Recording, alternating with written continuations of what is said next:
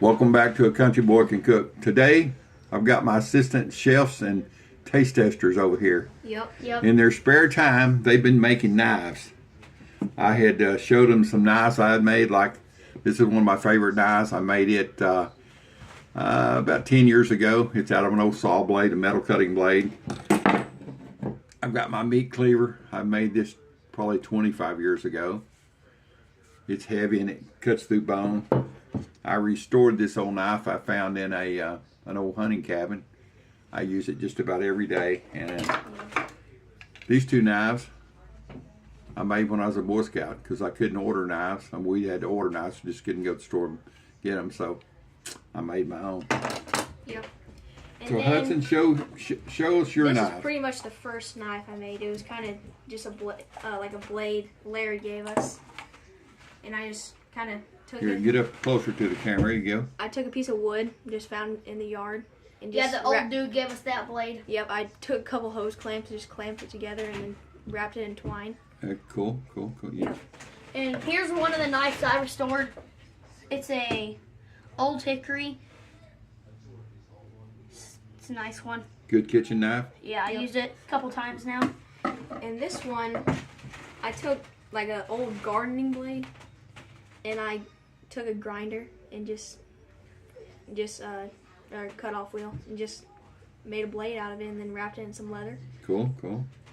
This one I made, it was real rusty, so I restored this one. I used the belt sander, and I got it cleaned up, and some leather that Larry gave my grandpa.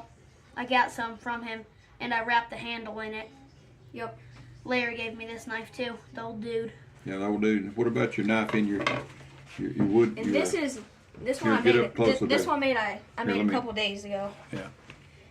And I made a case for it and everything. So I took a deer antler that Larry gave us and made a button out of it. Let me show you the knife.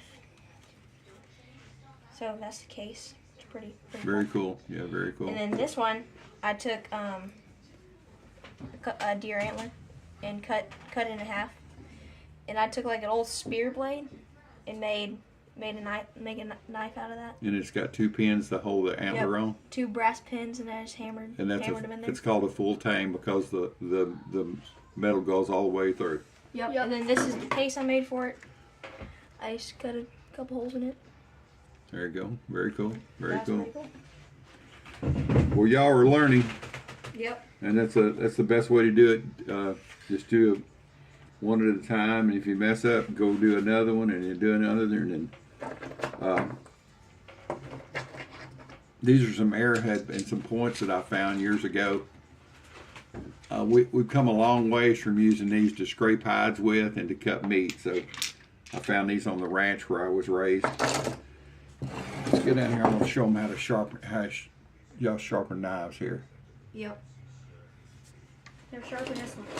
All right, I'll let you sharpen it. I forgot. Here, let me see it. So this is two sides on this stone. This is one my dad had. This is a coarse side. You can see it's worn down through all the years of use. And so all you do is just take and run it back and forth in here. I like to try to do it equal number of times on both sides. And then you can finish it on the smooth side.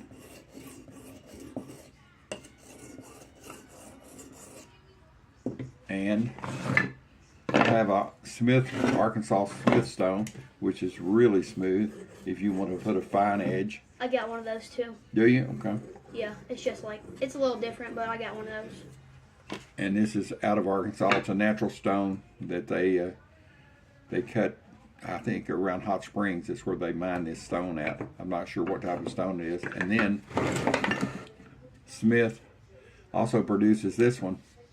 You know, it closes up in itself and easy packing around. So I use this in my kitchen just about every day. I do a tune-up on my knives when I'm getting ready to use them. If they're pretty dull, I'll take this coarse side. This is diamond embedded.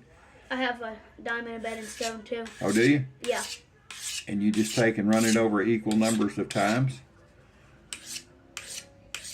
And that'll put it really good. That's sharpened up really quick. Yeah. Now I will tell y'all something. If you're using the knife Yeah. and you're cutting lots of meat or something like that, Yep. and all of a sudden you find out, see, this is sharp. If you find out it's kind of dull, they make something that's called a steel, which is a steel rod. And what you do, you take your knife, don't cut into it like this, but you lay it on the side and you rub it across that steel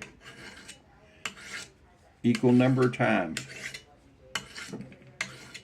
and that'll tune that blade up. What happens on a blade, when it's sharp, it's thin, and when you're using it a lot, it won't be straight. It gets kind of crooked through here. Well, when you run it over the steel like this, it straightens it out, and you can pull it to you like that, and you wouldn't believe how fast that puts an edge back on that knife. Here, feel that. See if it's feel any sharper. Yeah, it feels way sharper. So, you want to try your knife on this? Get your knives on this one? Yeah, I'll try it. Okay. Yeah, careful, don't cut yourself. Make sure you got all your fingers in when you get through sharpening. You don't want to come home fingerless. Nope. We'll be calling you four fingers. Be like my cousin Donna. When I was about 6 years old, I was out by our swing set and she was swinging real high, and it Put a wasn't. blade on that for sure. It was not latched in the ground good, Yeah. and it came up, and I was running under it playing, and it came back down on my toes barefooted, and it cut my big toe off. You don't have your big toe? They sewed it back on, Dang. and so I call her toe chopper. She calls me nine toes, but I still got my toe. Yeah. Yep. They have these double-sided ones like this for like $2 at where y'all been shopping at? Not Tool World. Harbor Freight? Harbor Freight. Yep. Yeah. Like $2, $3 for these. Yeah. That's So, pretty cheap. yeah. We have one that my mom and dad gave to us. Oh, cool. That's very good. Very good. It's a nice one. Well, I was just going to bring y'all back comparing these knives and showing you what my buddies are doing and how they're making these knives. And I'm glad that's something they can take care of and have for the rest of their lives and use in the kitchen or use them in the field or whatever y'all choose to do with them. Yep. Take them camping with us when Take we go 'em camping. camping. There's a lot of people around that they do wood carving, and they like to get these knives about like this, these real thin ones, Yeah. really sharp, different shapes and stuff. Yeah. And if y'all get good at it, you might even get you some jobs making knives for those dudes. Yep. That'd be pretty cool. But anyway, that's about it from the old dude and the two helpers, and Yep. we'll see y'all back on another video, maybe in a week or so. See y'all later.